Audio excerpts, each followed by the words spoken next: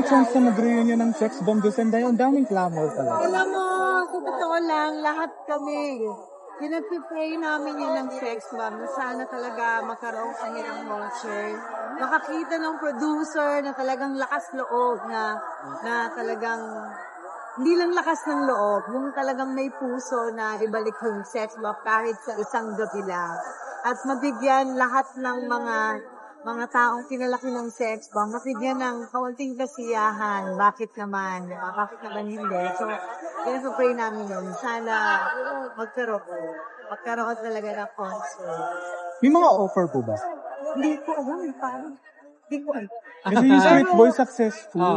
Sana. At saka ang ganda, yung tao talaga, like na-miss sila. Ayun kayo din. Diba no? Ano ba naman yung isang Araneta, isang Moa Arisa? Yeah. Ang dami-daming pinalaki ng sex bomb na ang ganda ng profession. Mm. Yung mga dating sumasayaw sa kalye. Yung naiambag sabay nyo. namin. Ngayon, iba na yung estado, di ba? So, alay natin, walang imposible sa Diyos.